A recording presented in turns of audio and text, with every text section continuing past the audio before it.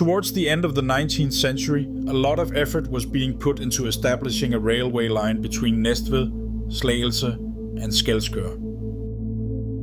In the Slagelse area, the railway workers were nicknamed Banebørsterne, literally meaning railway brushes, indicating that they must have been a rough and rugged bunch.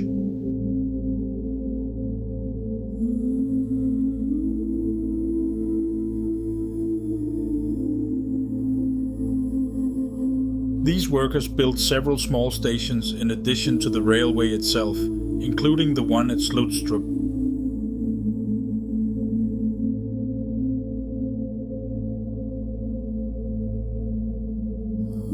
One day in 1892, the brushes excavated a strange, large stone that uncannily resembled a densely built man in a sitting position.